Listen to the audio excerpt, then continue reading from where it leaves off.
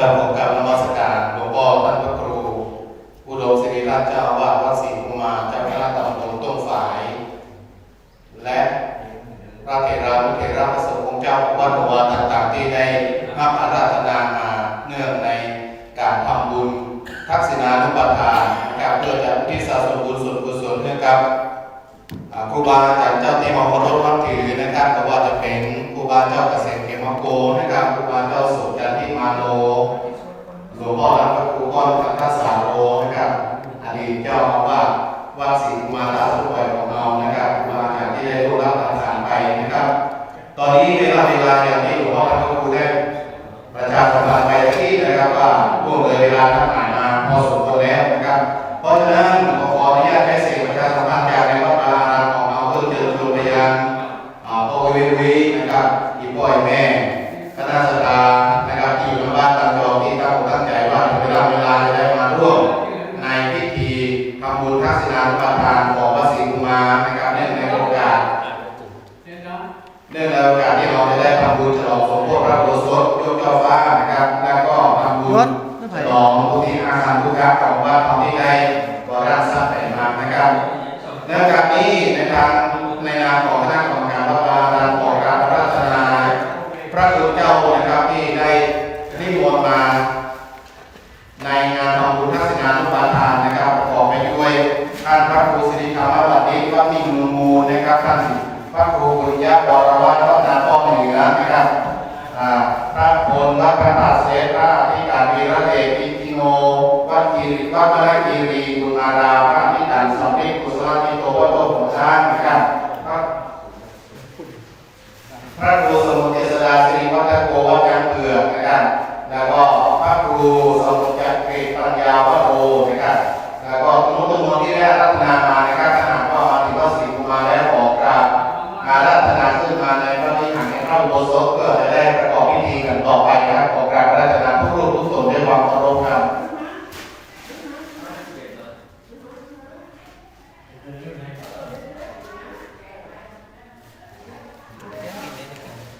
นี่ก็ในสถาบันนั่นฮะทุกเรียนไหน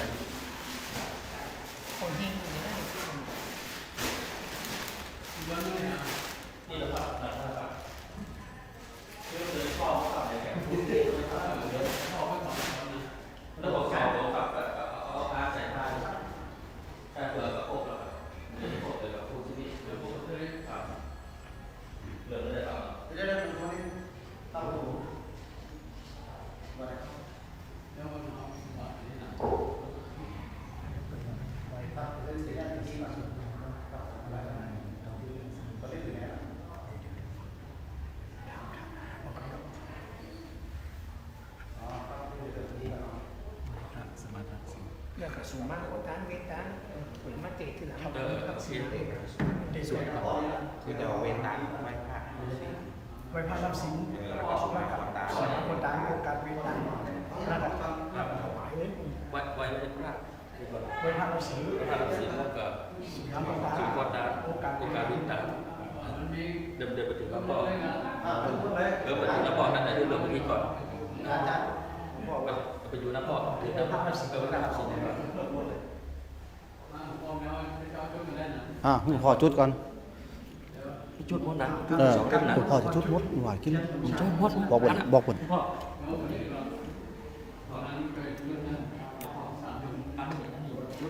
อันนี้จุดอะไรครับหลวงพ่อจุดแต่2เรื่องครับหลวงพ่อแจ้งผมได้ทำจุดครับผมได้ทำจุดอันนี้คือไหนสปอร์ตนี่หนึ่งไหนจุดนี่หลวงพ่อจุดแค่นี้ชุดเริ่มเล่นจุดความบอกครับชุดนั้นยืนแดงกันครับหลวงพ่อไปจุดวัดชื่อดังเดี๋ยวเข้าเยี่ยมผมโอ้ยเข้าแก่ที่อยากจะมาร่วมพิธีนะครับขอให้เชิญด้านในพระอุโบสถพระวิหารมีที่นั่งว่างอยู่นะครับเนาะตอนนี้เราจะเริ่มเข้าสู่พิธีการทางพระพุทธศาสนาในงานทำบุญทักษิณานุปทานนะครับหลวงพ่ออดีตครูบาอาจารย์เจ้าวัดศรีกุมารราชสีโกรมาแล้วนะครับในขณะนี้หลวงพ่อพระครูโลศิริทัตเจ้าวัดศรีกุมารเจ้าคณะตำบลต้นฝายได้เป็นประธานจุดธูปเทียนบูชาพระรัตนตรัยในโอกาสนี้ขอน้อมเรียนเชิญผู้มาราชการทุกท่านได้ประนมมือขึ้นเลยร้องเพลงกันครับ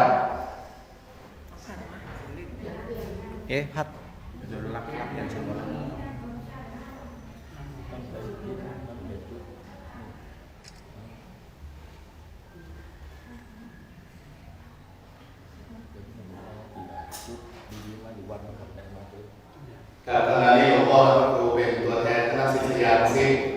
ของอดีตเจ้าอาวาสวัดศรีกุมารราชสมภารน้องๆน้องๆทุกรูปทุกคนนะครับได้เป็นประธานจุดธูปเทียนบูชาพระรัตนตรัยอยู่ขอเรียนเชิญคณะพ่อแม่พี่น้องศรัทธาของที่มาร่วมพิธีที่ด้านนอกนะครับได้ประนมมือขึ้นโดยพร้อมเพรียงกันนะครับ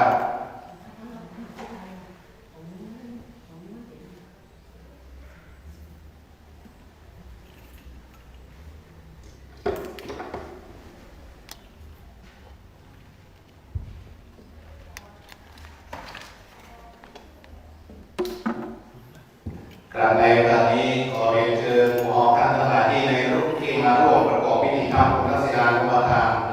ได้กราบพระพุทธรูปกราบพระรัตนตรัยพร้อมกันสามองค์นะครับกราบครั้งที่หนึ่งพุทโธมีนาโถกราบครั้งที่สองธัมโมมีนาโถกราบครั้งที่สามสังโฆมีนาโถเรียนเชิญทุกท่านได้กล่าวคำบูชาพระรัตนตรัยนะครับอิมินาสการเรนะพุทธังอภิปูชยามิอิมินาสการเรนะธัมมังอภิปูชยามิอิมินาสการเรนะสังฆังอภิปูชยามิ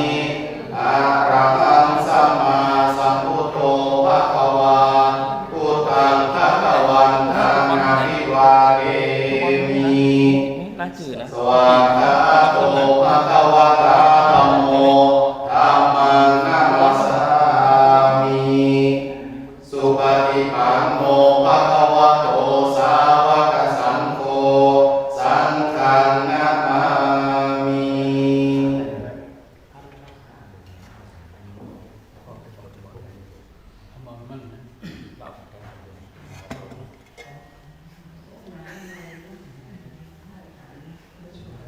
ครับลำดับต่อไปขอเรียนเชิญ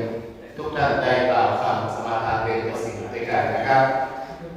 สาธุมะยังตันเตติสาระเนนะสานาปัญจศีลานิยังจามาตุติยังปิมายังติสาระเนนะสานาปัญจศีลานิยังจามาตติยังปิมายังตันเตติสานาสานาปัญจศีลานิยังจามา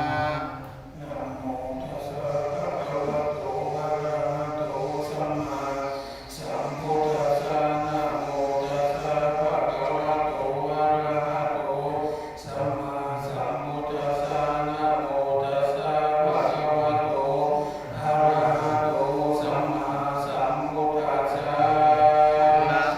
ตัสสะภะคะวะโตอะระหะโตสัมมาสัมพุทธัสสะนะโมตัสสะภะคะวะโตอะระหะโตสัมมาสัมพุทธัสสะนะโมตัสสะภะคะวะโตอะระหะโตสัมมาสัมพุทธัสสะพุทธังสรณังคัจฉามิพุทธังสรณังคัจฉามิธัมมังสรณังคัจฉามิ ธัมมังสรณังคัจฉามิสังฆังสรณังคัจฉามิทุติยัมปิพุทธังสรณังคัจฉามิ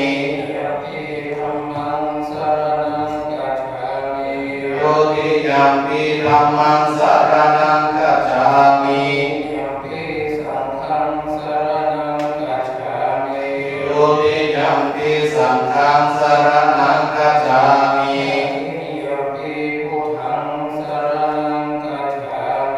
ตติยัมปิพุทธังสรณังคัจฉามิ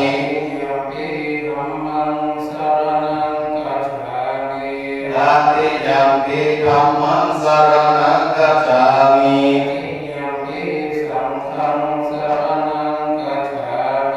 ตติยัมปิสังฆังสรณังคัจฉามิ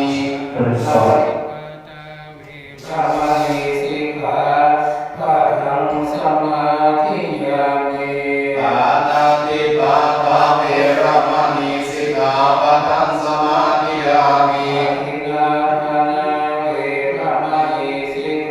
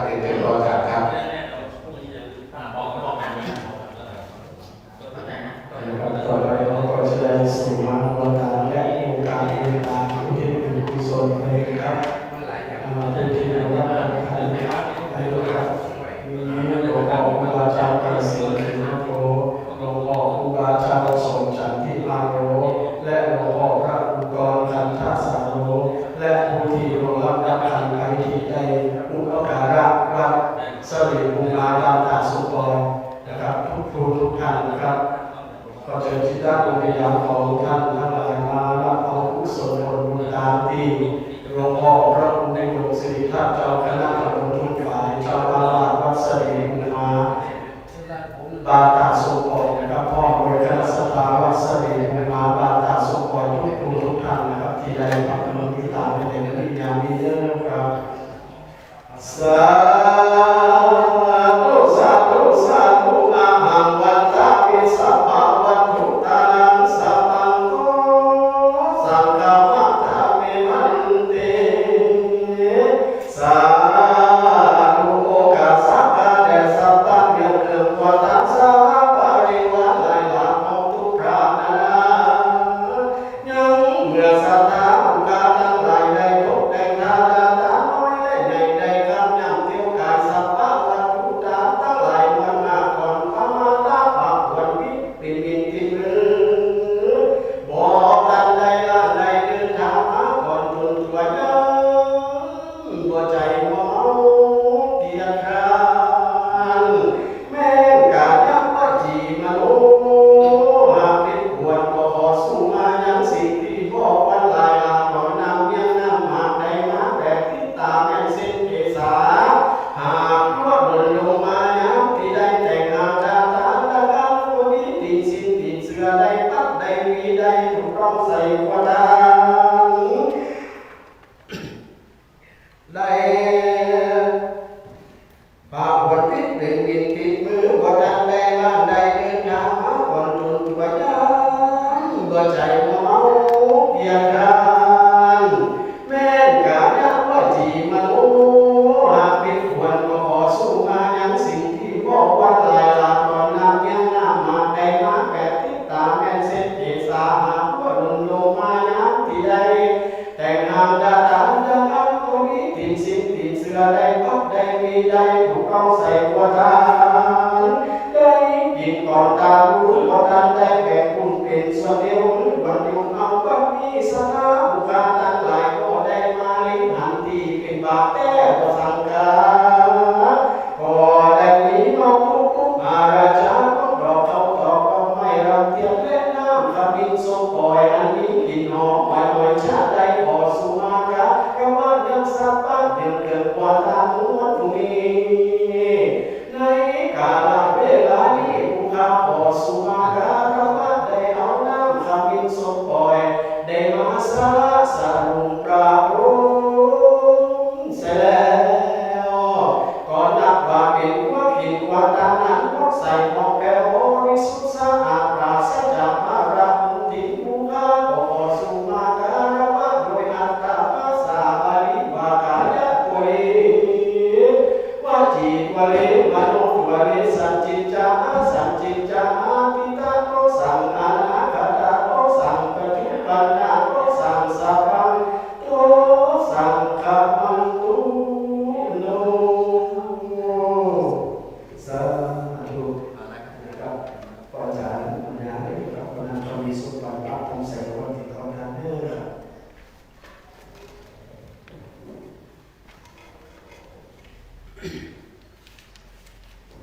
ครับต่อไปก็จะได้โปรแกรมเมตตานะครับโยสันติสิโนวาระโพธิโมเรมารังสเสนามาหันติวิจัยโยสัพโพธิมากัจจิอานัตตัญญาโนโรพุทธามุตังปะนามามิพุทธังตังปะนามามิธัมมังตังปะนามามิสังฆังสาธุสุนันตุเตวะจาโมมายามาโรกัปปะระโทระนิจันตุตาสิเป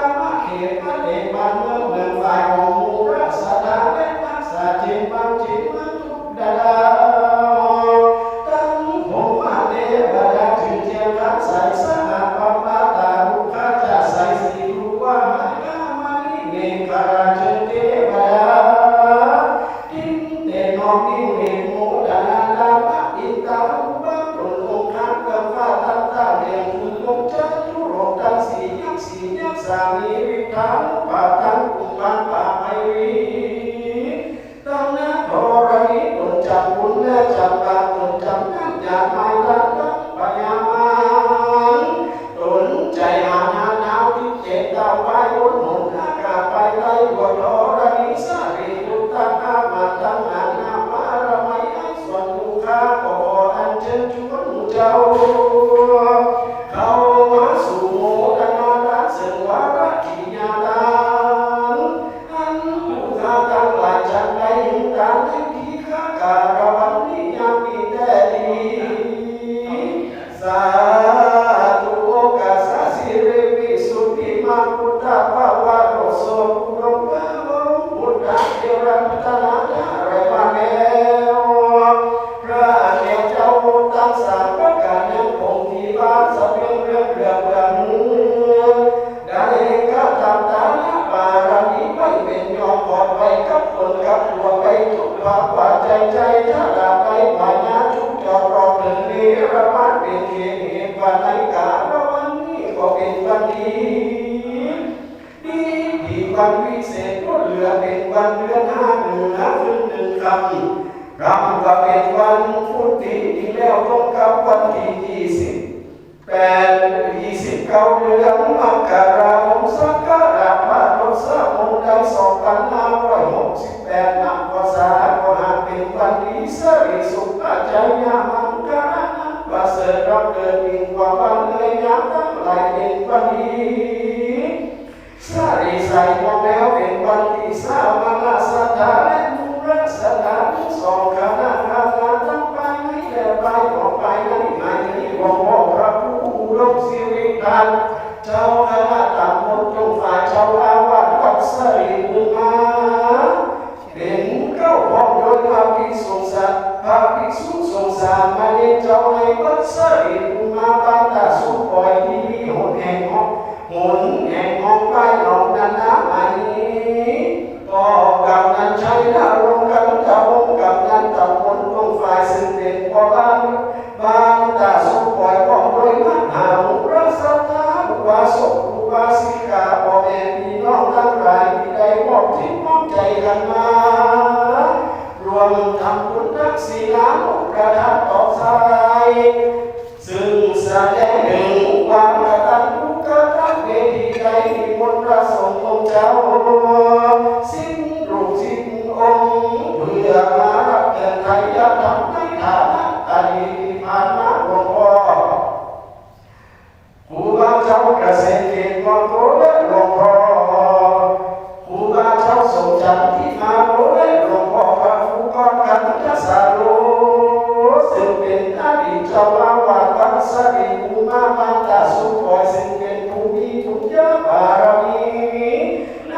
การขึ้นการสร้างแต่ถาวรวัตถุในวัดสริบุญมาถึงอดีตนั้นเจ้าอาวาสทุกรูปที่ได้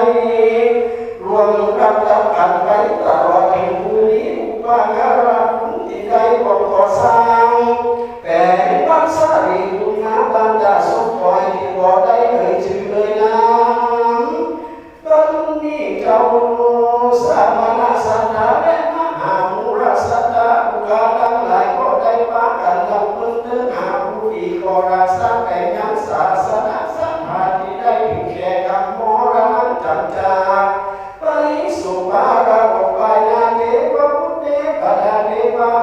เสือวัดเสือบานอันอยู่นักษายังพระพุทธศาสนาวัดสริบุญมาบ้านตาสุปอยที่มีสัตนาบุคคลทั้งหลายคนหมู่อันเข้ามายังสถานที่ก็มาพอนาใจบ้านทุกจึงว่ากันผู้ยืนตรงแต่งมายังมาทุกมาราชาลูกเขาก็ไม่รำเทียม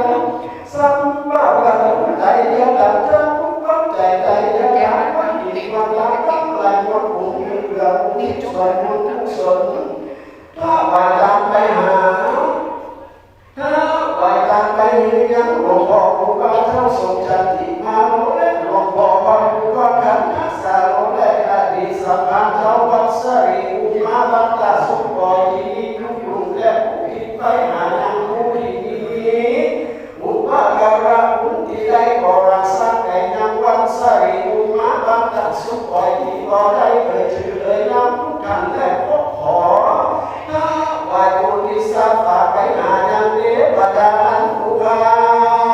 อันเชิญมาตั้งแต่รังคนหุ่นที่มีเทวดาไปก่อนหน้าและตามหลังมีลูกค้าเทวดาเดโสกาตานาอินทร์มุยมาราดาวิยนต์จุงโก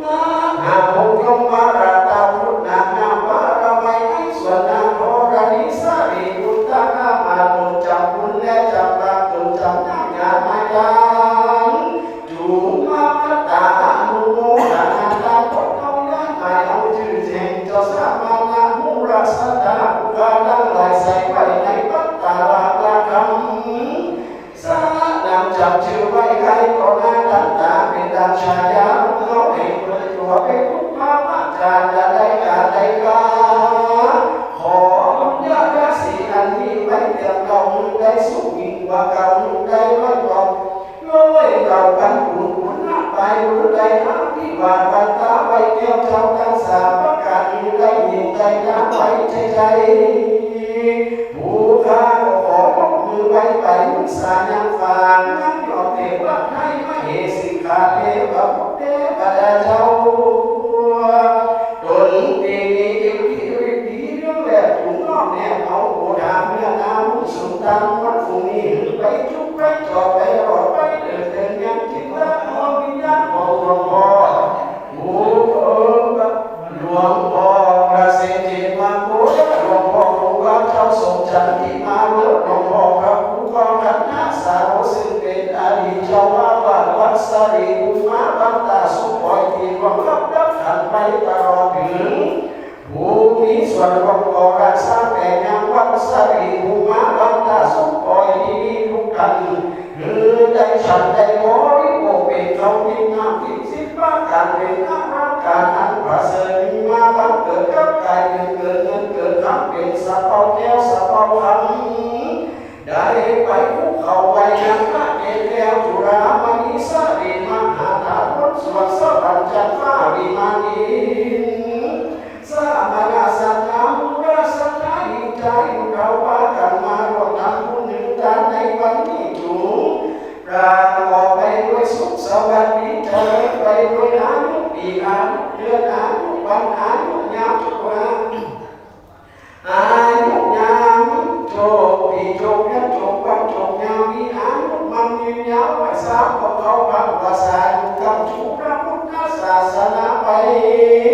เสียงที่รักการยาวนานนั้นจุดจากนี้เดินแต่ดีบังมีสนาผู้ข้าจะขอเป็นวันธรรมะนันนาสาบดีว่าสาธุโอกาสามายังพันเตอธิมาทุปาทุปาราชาตานังมันตะกังกังสีนังปะทานักขิจังโอดานะพิฆาหาเราคานังสาผู้จุปการณาวิเศษตานังภาชนะตังข้าเป็นพระพุทธธรรมสังโฆโลพุทโธคาราโวสังโฆคาราโวสังโฆคาราโวอัมมากันทิคารัตตานิตายะสุขายะ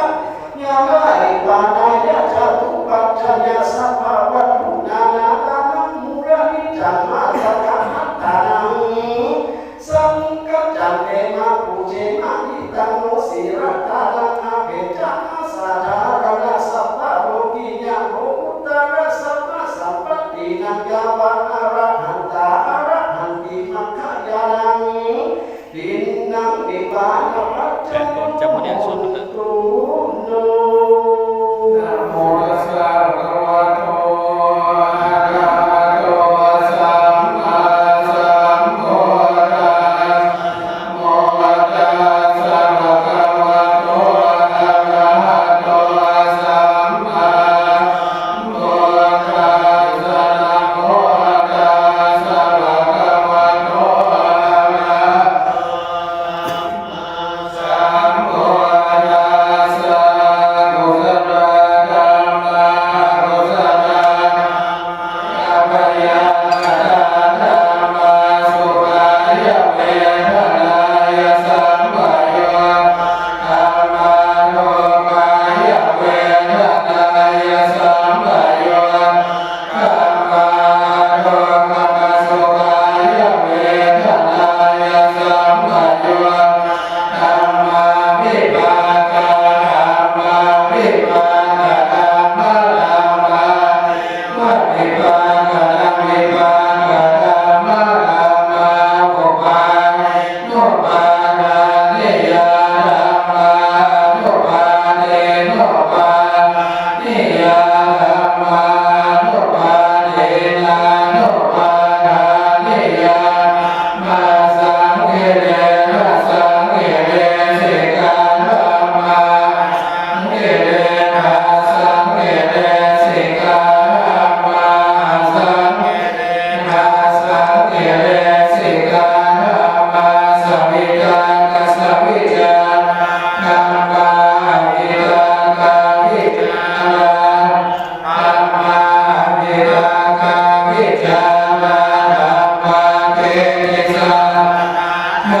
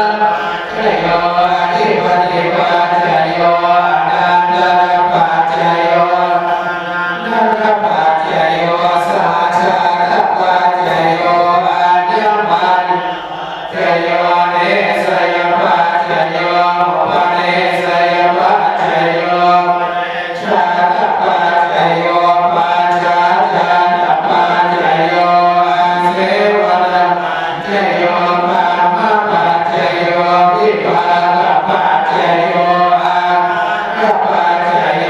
หินเตยปัจจโยชานะปัจจโย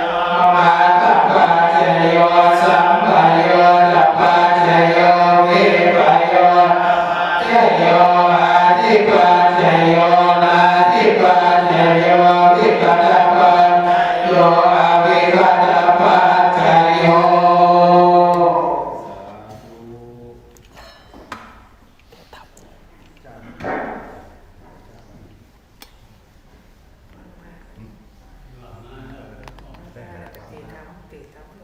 ข้าวเวลาวางพาไปเลยได้ดูไม่ได้ดูต้องเปิดเอาไว้ก่อน ตอนน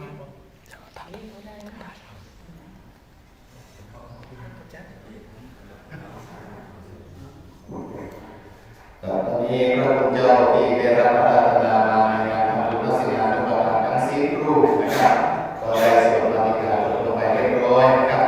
ลำดับต่อจากนี้ไปในวงการมีการแสดงพระธรรมเทศนาเรื่องการนะครับ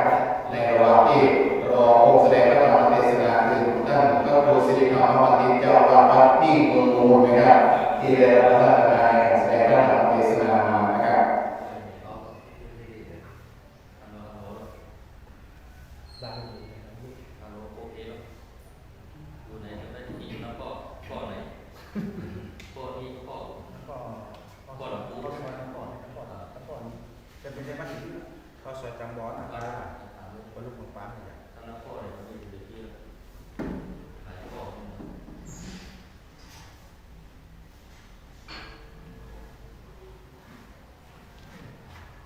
กับสำหรับวันนี้นะครับวันที่29 มกราคม พุทธศักราช 2568 ก็เป็นวันกำหนดการของการทำบุญทักษิณานุปทานและก็จะมีการแห่โคตามของคณะสถานนะครับของวัดศรีกุมารราชสมบัติของเรานะครับการมีมนต์ท่านพระครูสิริธรรมบัณฑิตเจ้าอาวาสวัดนิ่งเมืองมูลจะได้เป็นผู้แสดงพระธรรมเทศนา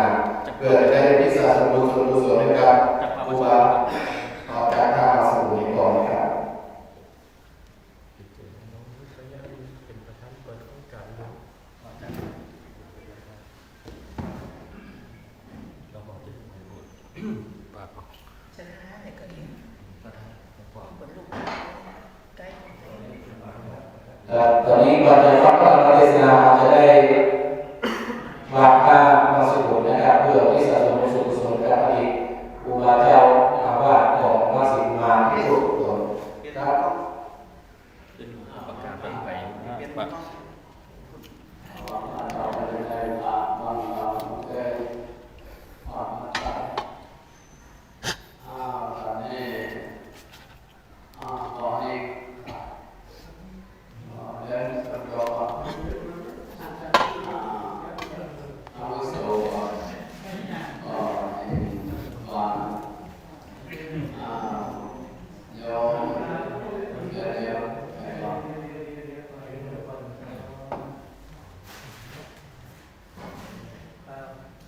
อย่าเล่นเราจะเล่นมา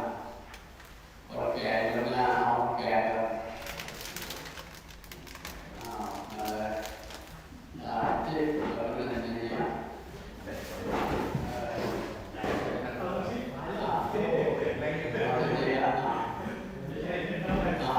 ดี๋ยวจะแค่จะไม่ใช่คนไหน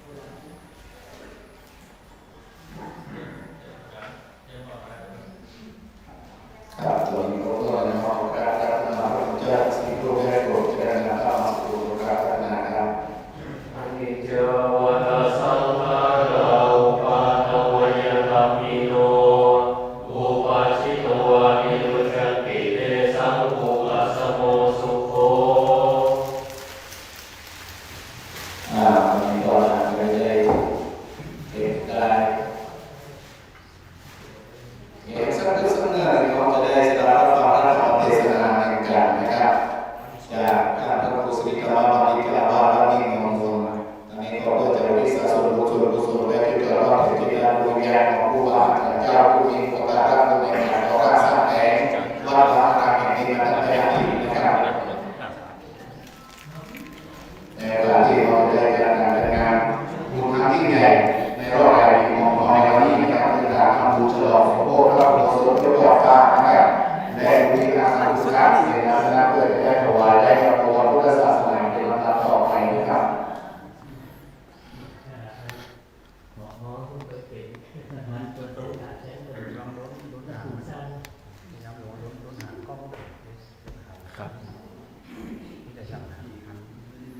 ที่บ้านเราในของสังฆทานก็จะได้สรับฟังธรรมเทศนาเพื่อนะเนาะเพื่อจะได้ที่สะสมกุศลนะครับในงานทัศนาคุณธรรมเป็นลำดับต่อไปครับพร้อมแล้วขอเรียนเชิญเพื่อศาสนิกชนทุกท่านสำหรับรับฟังพระธรรมเทศนาเป็นพบอารมณ์โปรดสองสันสาธุปะมาจัมโมยะติวัติสหปฏิกะนันเตหังทิวะทันายาจตาสังกิทัสสะตาปราณกาตานิกาเอเสตุธรรมังอนุกัมปิมังคัจฉานาปะนังกะโลวะ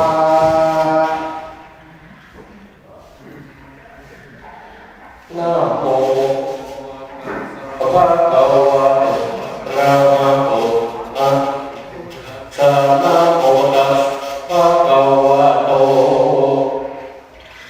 อะระหะโตสัมมาสัมพุทธัสสะนะโมตัสสะภะคะวะโตอะระหะโตสัมมาสัมพุทธัสสะ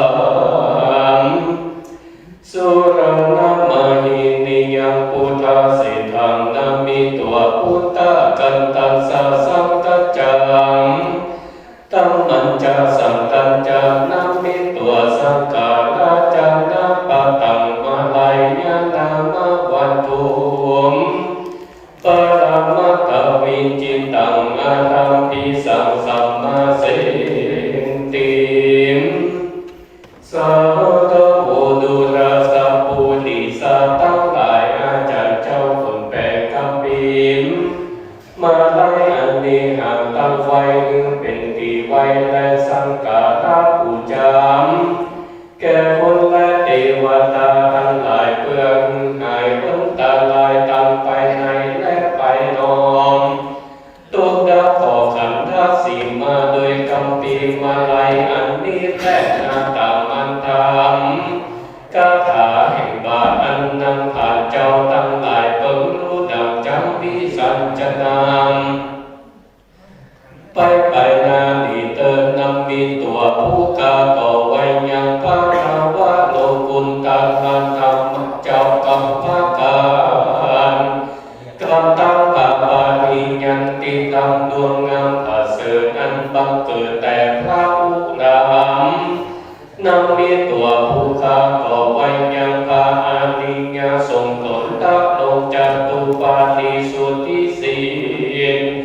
สายสาระอาผลปฏิบัติตามรอยพระพุทธบาทสัมปัญโยนำเอาคำสอนตนผู้โลกลาคือบังเกิดศรัทธาภาษาพระแก่กรามแก่คนและเทวดาทั้งหลายและนาติเตกาเลในกาละอันหลวงแล้วยังมีตนแก้วมหาเถรตนหนึ่งชื่อว่าเตปักมาลายตนตะลงสินใสวิเศษพอขอไปด้วยเหตุอินทีลินที่งามนิสาญาขออาสาไหลสันฟานอันหนึ่งชื่อว่ากรรมโปจันนากรรมมันอยู่ในเขตต่ำปันในยังเต้าปีเป็นตีอยู่แห่งแก้วเจ้าตั้งสามภาคการเอกาติวาสังยังมีในวันหนึ่งไซมหาเถรเก็บปักมาลายตนองค์อาเจ้าก่อค้ากาดไปสู่ยังนาโลกก่อเบื่อจำยกเอายังฝุ่งเพศอันใดสังเกตมนาปาวิสิตตัวเจ้าก็เข้าไปสู่ยังสำนักแห่งปัญญายมที่ปานวันนั้นแลในเมื่อพยามโยมมาลาหันแล้วยังตนแก้วเต็มปักมาลายก่อภาษาไหลเจ้งจร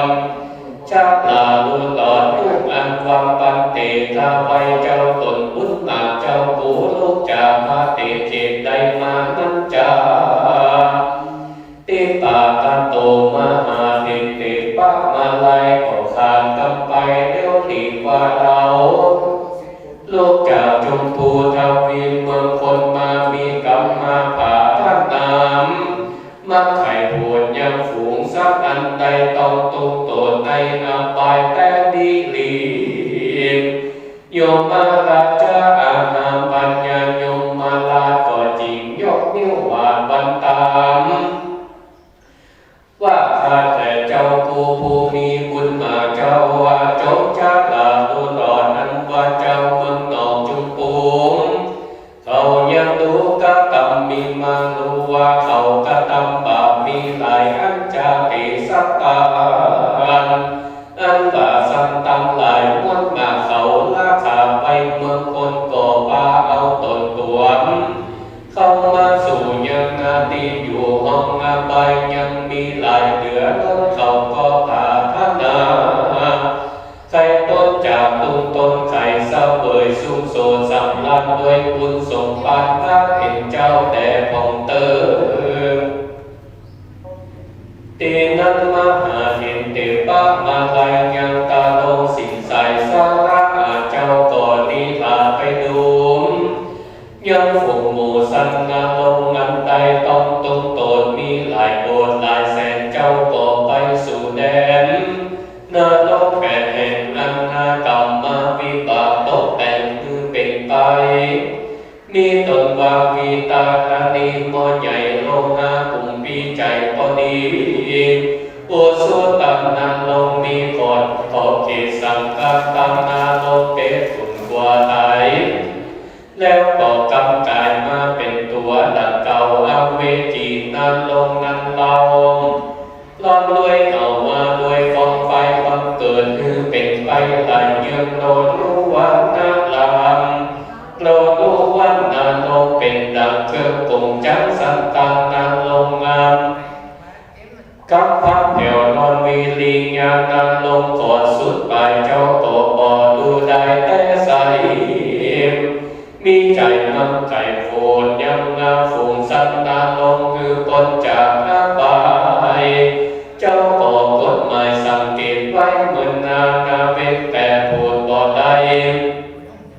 เพราะเป็นนากรรมห้าประการจังนาต่อรับมากรรมมาวิบากก็เพราะอันนั้นตาลิญญากรรมหากเป็นนักจำเอาเราไว้คาปาอาลิญญาเมตไตจับมาตารันนาไปโปรดคือปนจากโดนเมื่อไปลุนและน้ำตีนั้นพระมหาเป็นเจ้าเต็มปักมาลายก็ปีขึ้นไปโปรดจ้าสู่สำนักยมมานาจาก็กล่าวว่ามหาลาตนชาลาเป็นใหญ่ในอบายฝูงสัตว์ตั้งหลายทุกหมู่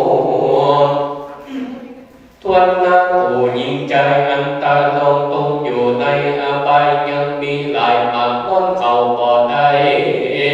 พ้นก็คือความกัดตำเป็นหาพระการยังรอทาง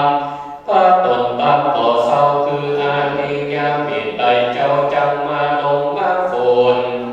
ยังฝูงสันและนายมมาลาจาปัญญาโยมมาลาต่อยกมือขาปันตาว่าข้าแต่เจ้าตนมีบุญมาตนกรุณาโปรดยังฝูงสัตว์นาตั้งโลกสาธุดีๆอันหนึ่งผู้คำขอสั่งกรรมมาขอเมตตาไปบอกแก่เจ้าเมืองหนองจุกปูคือเขายังเล่งหลีบกันกรรมบุญคือตันรักษาศีลภาวนาอย่างมือได้ขาดอย่าได้ประมาทรักษาอย่างมือนาเขาได้ปีก่อขึ้นมายังตีเก่าอย่างมือมันตาตรงยังตุกเหล่าอเวจีคือเขาหนีมไปไก่ตีเป็นพ้นจากเขนตั้งเส้นเข้าสู่อบายขอนิมนต์พาเป็นเจ้าจงได้ไปแผ่เอากรรมดีไปบอกแก่เจ้าจงปูอย่างคือเขาได้กระทำปานาติบาตอย่าได้เอาเขาอำนาจแห่งตัณหามีใจโมหะโลภเอายังของท่านอย่าเล่นจู้จากหัวเมียตนอย่าจู้นายคำส่วนคำสอน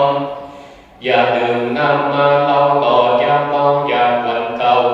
ด่าจีและตีห้ามอย่ามีใจหำด่าพอตีแม่ ตันไมสาลีมหาโพธิ์ยามังแก้วโกฏและเจดีย์ยากะตังลังแก่พิงคุณีกะตังเรียติพระเจ้าออกจุงปากันมันขะกอคือเป็นหิตาโนหิตาปากันมันพิจารณาจำเริญเมตตาภาวนายังเตวะตูตั้งหาก็จำได้เป็นบุญไปแก่การนำไปสู่จันฟ้าและนิราบานขอนิมนต์ตั้งเป็นเจ้า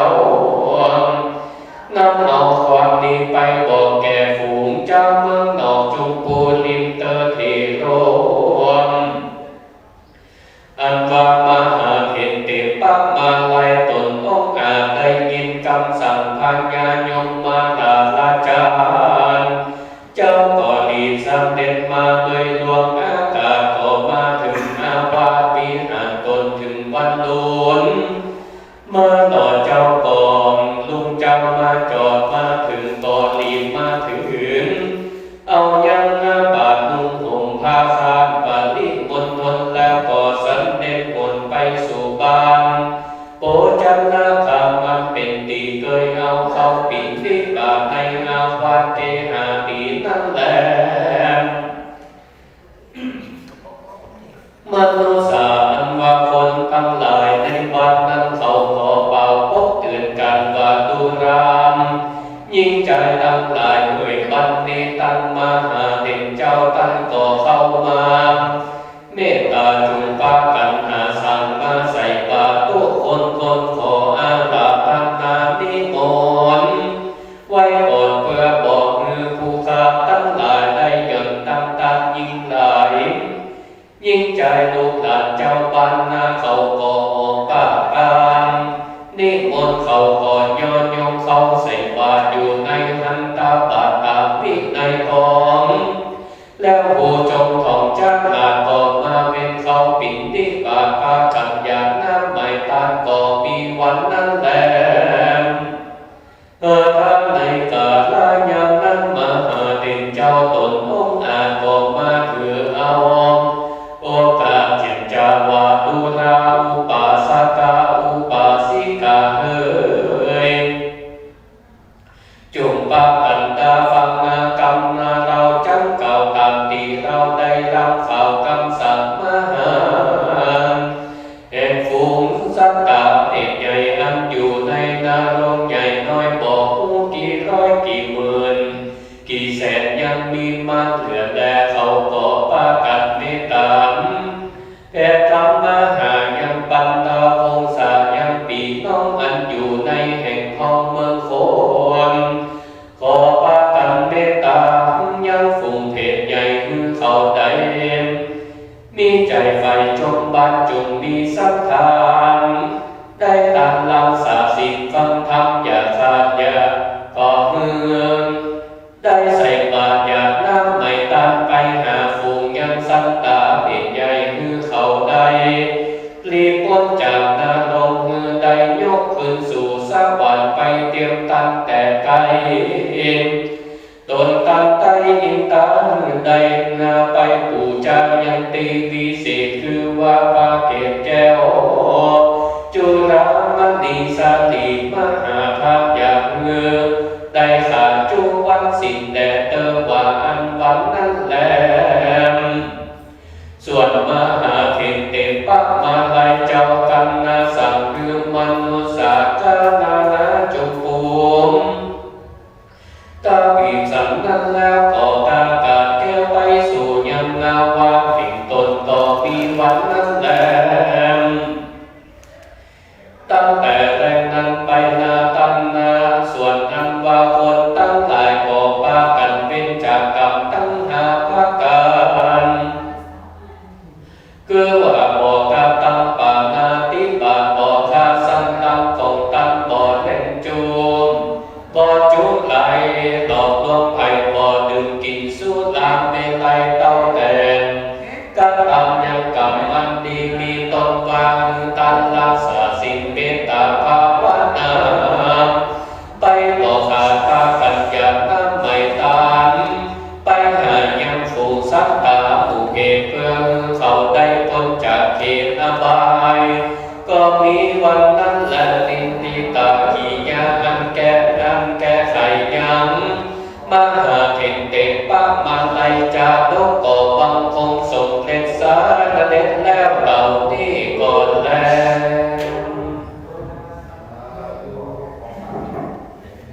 ครับการแสดงพระธรรมเทศนาและงานทำบุญทัศนานุภาพของเราในวันนี้ก็ยกลงไปเสร็จที่เรียบร้อยนะครับโดยทางพระครูสิริธรรมบัณฑิตวัดนิ่งมโนเป็นผู้แสดงพระธรรมเทศนา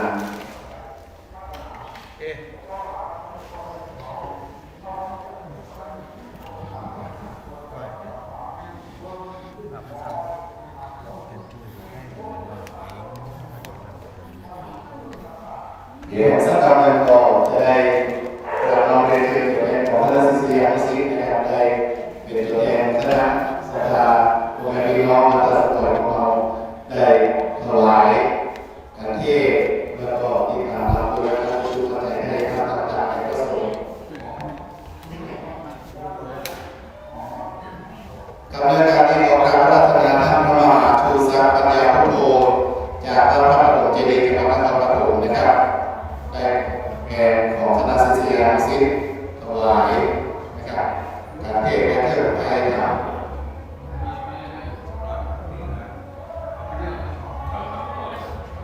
หลวงพ่อระบายหมดเลยนะต้องเป็นตัวแทนเนาะนะครับถือว่าเป็นการประธานในคณะศิษยานุศิษย์ทั้งหมดทั้งมวล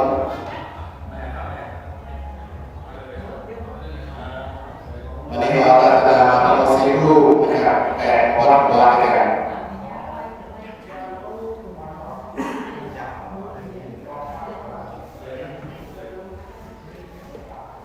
การเตรียมงานอย่างนะครับท่านทุกตั้งใจอุทิศส่วนบุญส่วนกุศลไปทุกเราต้องถึงงานอดีตครูบาอาจารย์ที่มีพระคุณต่อเรา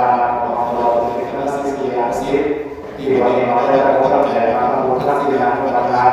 เพื่อไปถึงเราต้องถึงงานที่ได้บริการของครูบาอาจารย์เหล่านั้นนะครับที่ได้รับส่วนบุญส่วนกุศลโดยเฉพาะเกี่ยวกับบริจาคท่านรู้ตั้งใจภาพก่อนพร้อมกันนะครับ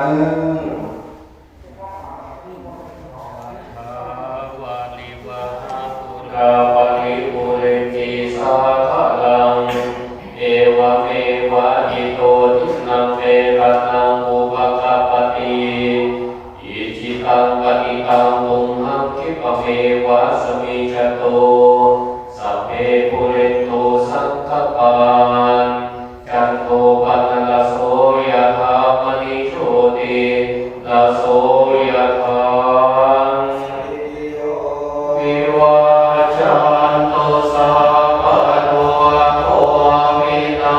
ศตุมาเตภวันโย